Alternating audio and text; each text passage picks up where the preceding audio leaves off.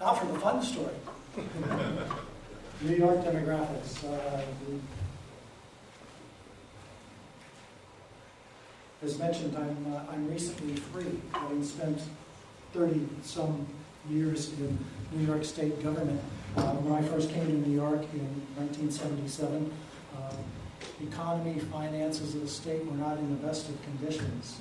There have been up times and down times since then, and so what I want to do is kind of trace back, starting at that point, some of the fundamental drivers of New York State population and how that leads us into looking at the aging of New York's population, and in particular, the shifts within the state. So we often think of New York, people outside of New York think of New York as New York City. People in New York realize that there's at least two New Yorks, New York City and upstate New York. In reality, there's many differences. We're an amalgam of lots of different changes in the population. So I often find it useful to start with kind of a historical backdrop to the state, because New York has been, through history, a point of a high churn, high turnover of population. Large pools of population coming into the state that fueled growth, and large pools of population moving out as growth spread to the south and west and other portions of the country. So going back to the 1930s and looking at the last 80 years of population change, once Congress closed the door on foreign immigration, that high level of primarily European immigration stopped in the 1930s, and you can see the dramatic decline in growth rate in both New York and the U.S. That drop in growth rate was then supplanted after the Depression and the war years by the buildup of the heavy industry in states like New York. And in this way, New York isn't necessarily unique. That growth of population, the movement from rural to urban areas, migration from the south, the baby boom, all of these represented large pools of population that drove the economic and demographic activity of the state. We sort of know what happened. Oops, wrong button. Where's the pointer? Which one's the one has a little red. One that has a little red dot. Once we have that large buildup of population in the 50s and into the 60s, things changed dramatically. As Richard mentioned, the precipitous drop in fertility after the baby boom to historically low levels.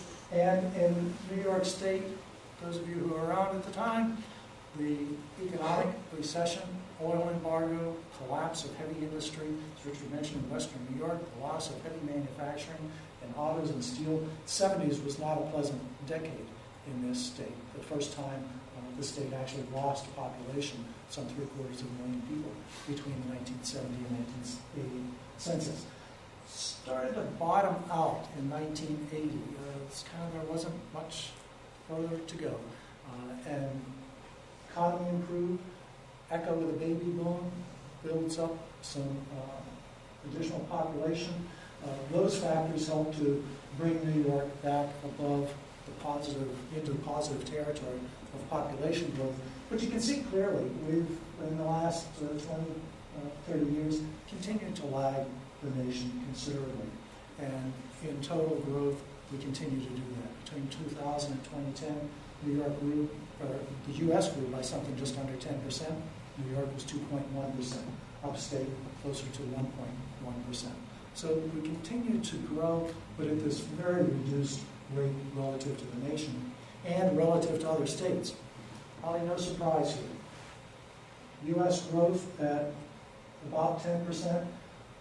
Where are we exchanging population? Southern and western states, the Arizona, Nevada, Texas, 20+% growth rates over the last decade. And then you look at New York, upstate, downstate.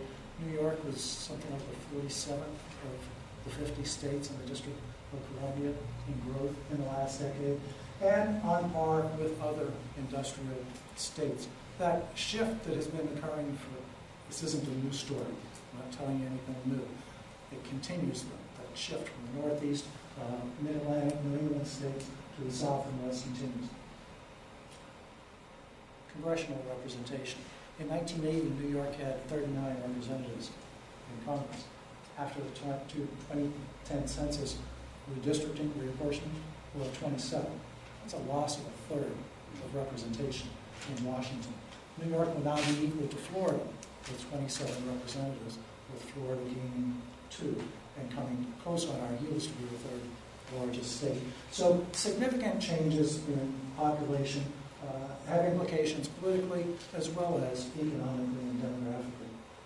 But as I mentioned, you kind of, what I want to do is start to drill down into more localized impacts. And you see that there are multiple New Yorks in these data. In the last decade, Western New York lost 3% of the population. Now, we're talking from a period of the 1970s, 30, 40-year period, where Western New York has continued to struggle to recoup that economic base that was lost in the 70s with that loss of heavy manufacturing. It takes an awful lot of small business, service growth, banking, finance, a lot of that to happen to make up for 5,000 and 10,000 employees in an auto plant and a steel plant. Very different economy and continues to struggle. Southern tier is kind of holding its own, but still similar types of struggle. You consider the loss of an IBM in the Binghamton area, still fighting to recoup that. But there are places of growth. Mid-Hudson region, Capital region, have stood out in New York in the last decade as those regions with the most economic and dynamic activity. In the Capital region, we have to look at things like, look, Saratoga is the top growing county in the state. Global Foundries, the development there has continued.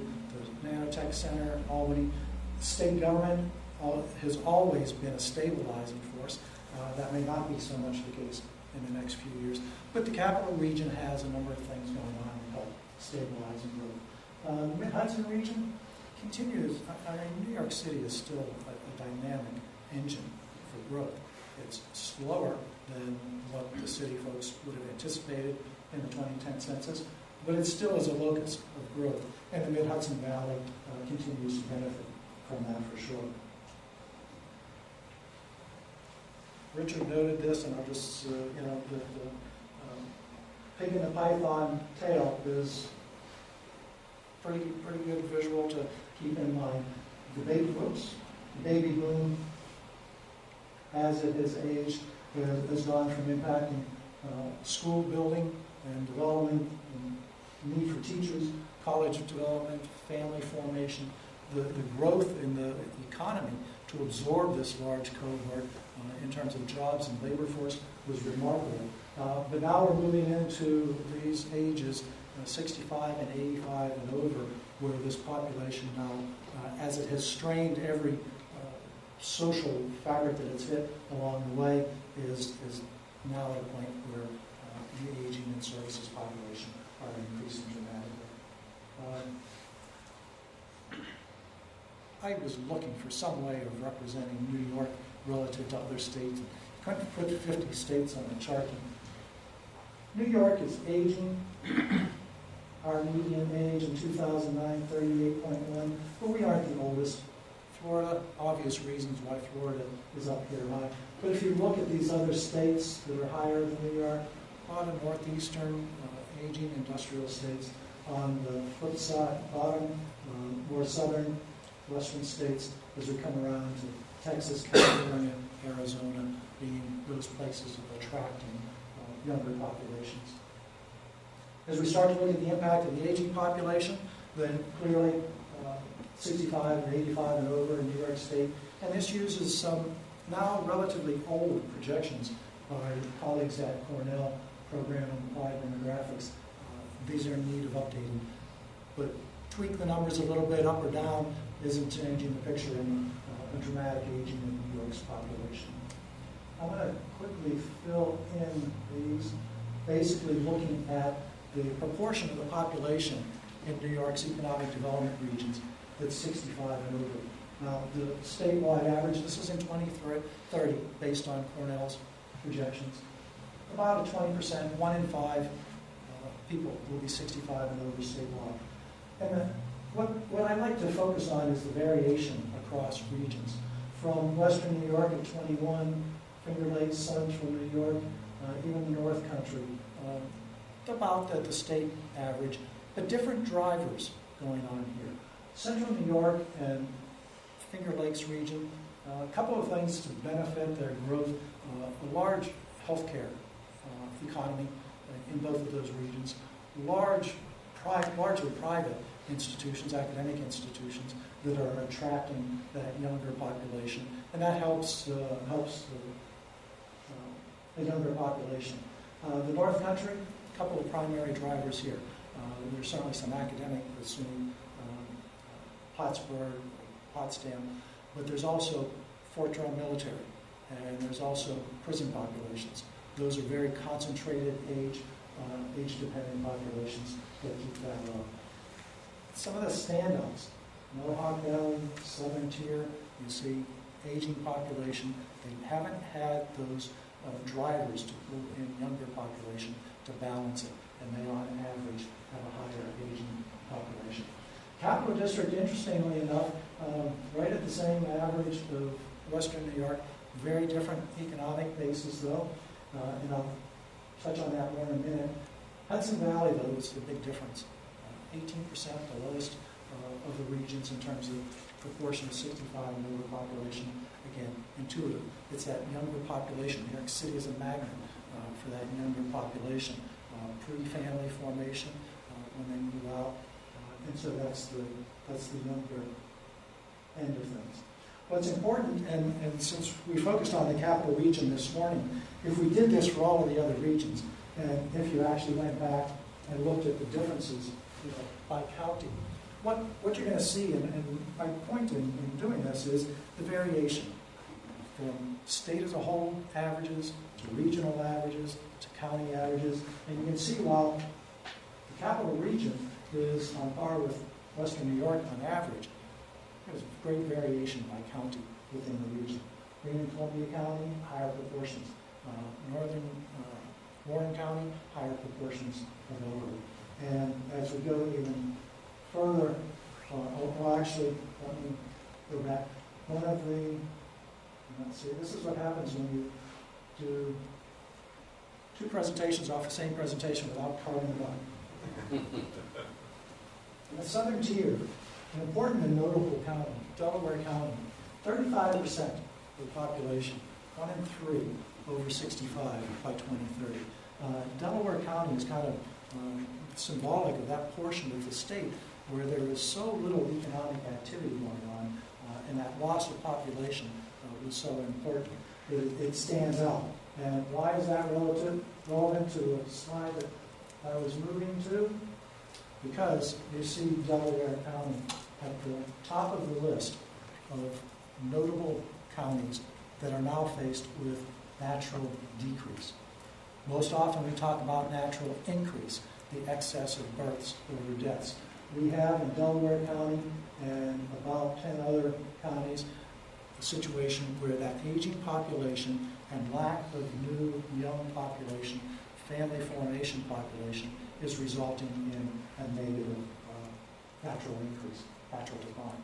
And there are a number of counties who are on the threshold.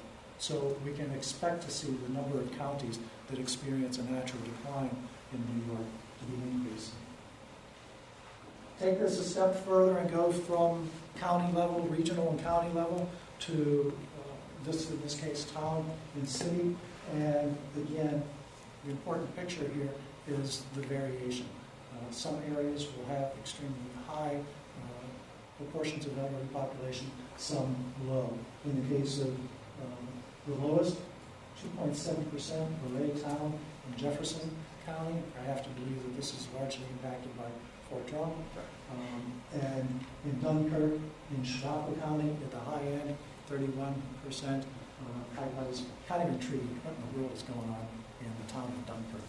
And did some Googling and found that the Chautauqua County home for the aged is in Dunkirk town and represents about half of that population. So the point again is not one picture. You have to go to look at the impacts on a local community to really see what type of changes are going on.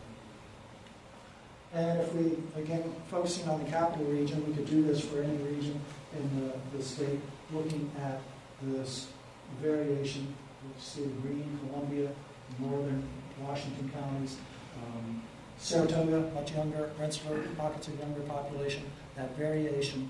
And when we talk to the agencies and folks looking at aging services, this type of thing becomes very important in terms of where service is located versus the population, the client population to be served. And that's what's illustrated here. The point locations of some of the nursing homes and assisted living residences and senior residences relative to the location where these people are residing is important. You have to move people. They have to be moved from their home to that location to get services. And so one of the major issues is how can service delivery help keep people in their homes longer, which I think we have some agreement is what we'd like to do. Migration is an important factor in here. The capital region experiencing fair net in-migration, but look at the difference in all the other regions. Substantial out-migration. Even in New York City, which has been an economic driver for New York State, has a very high level of out-migration. How can you have one of the highest growth areas be high out-migration? It goes to that churning of the population. New York receives some 100,000 foreign immigrants every year. About 90,000 of them settle in New York, at least initially, and then they move on. And it's that moving on, that constant churn of population. So the city's population would go up by 90,000 every year, but there's this substantial out-migration that helps to balance it and slow the growth. I'm going to run through the next set of slides pretty quickly, but it's based on some flaky data right up front. The census, for those of you who do or do not keep track of census information, it's inbred in me, in my life. Substantial change. Data, socioeconomic characteristics in the census now come from this thing called the American Community Survey. The 2010 census that you all responded to last year was a very short questionnaire. All of the good, meaty information comes from the survey. The downside of that is that the survey is a limited sample size and the margins of error and reliability are higher than the traditional census. The good thing, the upside of the survey is instead of waiting every 10 years for this data, we get it every year. So there's a balancing factor. So long way of explaining, what I've done is taken data from the most recent American Community Survey. There's a question on migration. Where did you live last year? And I've looked at both in-migrants and out-migrants for the capital district. Again, we can do this for any region. A lot of churning within the region. This large bar, and this is for the 55 and over population, a lot of inter-regional mobility that, depending on how you define migration, would fit that. But large movement within the region. Smaller, much smaller movements across the regional boundaries, but we're pulling in population from abroad. I've just started teaching at SUNY, and I look at the diversity on that campus, and it's apparent that a portion of that must be the academic institutions. Nanotech Center is bringing in population. So abroad, other states, the balance of upstate, substantial pool of population in those areas. These next slides go through age categories within the 55 and over. And again, some of these numbers are so small that I don't put a lot of faith in them. So I'd rather stick with the 55 and over numbers. And then we move to out-migration. And again, this churning is exact replicate of the in-migration, but what do you see here? A lot of out-migration in this 55 and over. When we look at I'll look at this one age category, because the 55 to 64 represents the largest portion of that, and it's still that economically active and vital population. So while some portion of this is probably retirement migration, some portion of it is also movement, job-related, economy-related movement out of the state and out of the region. And clearly out of the state, because there is minimal movement to other regions of the state in this sense. Some characteristics of the 55 and over population. I don't think there are going to be any surprises here. If you look at family income by age, lower family incomes, the dark blue is under 30,000. We'd expect overpopulation to have lower incomes, and that's what you see. But 70% of our 85 and over population with incomes under 30,000 is a pretty substantial number. One of the intriguing things, especially for this morning's conversation, when we're talking about providing care, where is care coming from? One of the questions on the survey is for grandparents, do you care for the child in the home? And so the base of this chart is a grandparent living with children. So it does not count for grandparents living outside of the home. Grandparents is living with a child. And what you see is that 45% of 55 to 64s are caring for some period of time. There's also a length of time question. Are caring for some period of time for their grandchildren. Even at the 75 to 84 category, you've got almost 20% of grandparents caring for children. So that has two implications. Who's caring for the grandparent, and what are the shifts in caring for our children? Substantial differences. So, interesting set of data. Marital status, again, intuitive, not much of a surprise. What you see is that among the 55 to 64, still 2/3 of the population is still happily married after many, many years, and that declines. The decline is obviously mortality-driven, with a comparable increase in the population that's living. But still, 25% of the population, 85 and over, is still in a status of marital status. And I'm sure happily married also. Another important factor, particularly for those dealing with service delivery for these populations, is disability.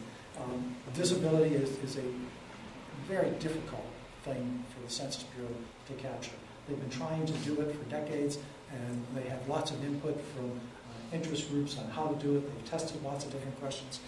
Nothing seems to really get at it, because you can be blind but working, and you consider yourself to not be disabled.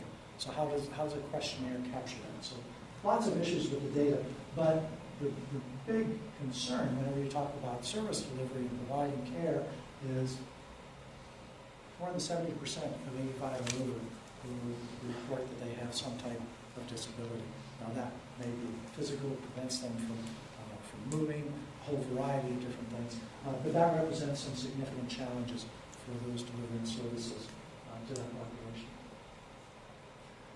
Another interesting thing, the distribution of elderly by their ownership or renting of homes. Even by 85 and over, 10% still own them with a mortgage or loan. I have this fear that I'm going to still be in that category, even after being in my house for 30 years. But still some portion. But a large proportion of, we're looking at about 60% who own their home free and clear.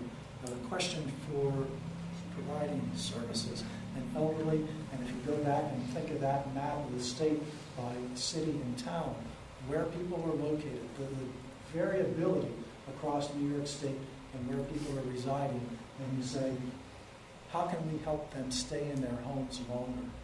Because I think we agree that that's what we'd like people to be able to stay in their homes longer. The combination of ownership here and age is an important factor. The data that's available gives some interesting properties. Since you're looking at individual records in this data set and the characteristics of individuals, there's lots of things you can do with it. So once I identified migrants, both in and out migrants, I was able to look at the incomes of those people flowing into and out of the region. And what we find is in the capital region, this is all ages population. For all ages, all migrants, we have a net gain of about $150 million. This is a one-year period. Where did you live last year? And we're looking at a flow of dollars over a one-year period, earnings. So we gained about $680 million. We lost 530. So the all ages population was a net gain of resources. When we look at the 55 and over population, we see a very different picture. We see a gain of 21 million and a loss of 81 million, a net loss of 1 million. So when we talk about resources and the use of resources, I don't know how much of that is actually disposable income, but you have this flow of dollars that's going out of the state. And this mirrors another data set that we've looked at for a long time. One of the other migration measures in this country comes from your tax returns. So today you have a couple of days, not too long, get that tax return. Because next year the Census Bureau and the IRS will create a file that looks at your tax returns in 2 years and determines whether you've moved. And it's a wonderful data set for looking at down to county migration. And since the reason for you filing taxes is to tell the IRS how much money you made, income is attached to that also. And it reflects this same dynamic. New York State looked at this for since the early 1980s when they created the file. Every year, New York loses about $3 billion in income to out-migration.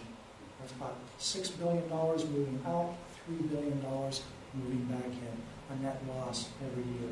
And so here in the capital region, we see the distinction between all ages and elderly migration. So a portion of that loss every year is clearly retirement, moving that age population, but also the economic loss